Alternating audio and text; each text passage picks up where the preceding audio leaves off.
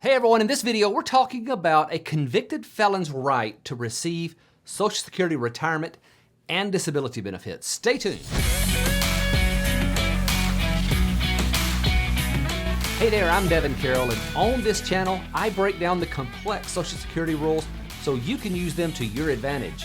If you are new, be sure to subscribe and hit that notifications bell so you don't miss anything I publish. Also, if you learned something from today's video, hit that thumbs up button. Tell YouTube that you like what you see here. So today's video is going to be a little shorter than the typical video, but it's some important information that we're going to cover today. So I want you to stay tuned to the end of this video where I'm going to ask a question. I use your feedback and your response to help me in forming future video and video ideas. So I look forward to seeing what you have to say in the comments. It was just such a comment that led to this video today. Not long ago, I saw a comment that the Social Security system wouldn't be in such trouble if we didn't have prisons full of people collecting Social Security and disability retirement benefits. And while I was explaining these rules in my response to that comment, it occurred to me that I've never broken this down on this channel and talked about this issue.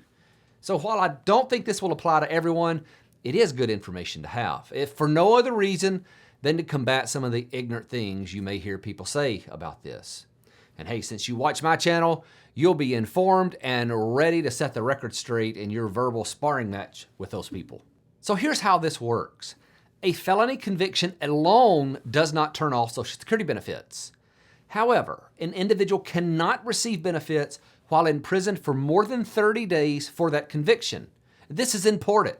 If someone is arrested for a crime and spends 90 days in county jail waiting on their trial, their benefits will continue. In order for the benefits to be suspended, they must be convicted and imprisoned for more than 30 days. So if you look at the Social Security regulations, there's a lot of fine details in these rules, and I don't want to cover all of these, but I want to hit the high points. And I think there's a couple of important points that we need to note here. One is, if someone is on Medicare when they go to prison, their Social Security benefits will stop, and along with it, the automated payments to Medicare Part B. However, those premiums are still due and payable. If Part B premiums are not paid, Medicare Part B will discontinue, and that individual will have to apply during an open enrollment period later. And this would likely result in a higher and potentially much higher Part B premium. The other interesting note is with regard to spousal benefits and even children's benefits, really. The rules are fairly clear that if a spouse or child is receiving benefits from the work of an individual who is incarcerated, that benefit will continue. But that word continue is interesting.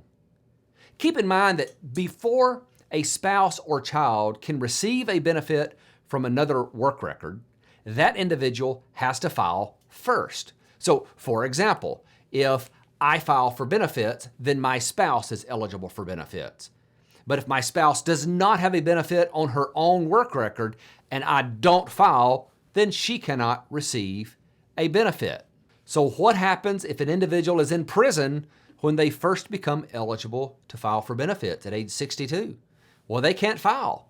And if they can't file, spouses and children can't receive their benefit either. So that's one of the little strange nuances of this rule. But this is where I'd like to hear from you, and I'd like for you to really think this one through.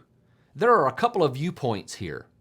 One is that if someone is being provided housing and food by the government at taxpayer expense, they shouldn't be entitled to also get their Social Security benefit.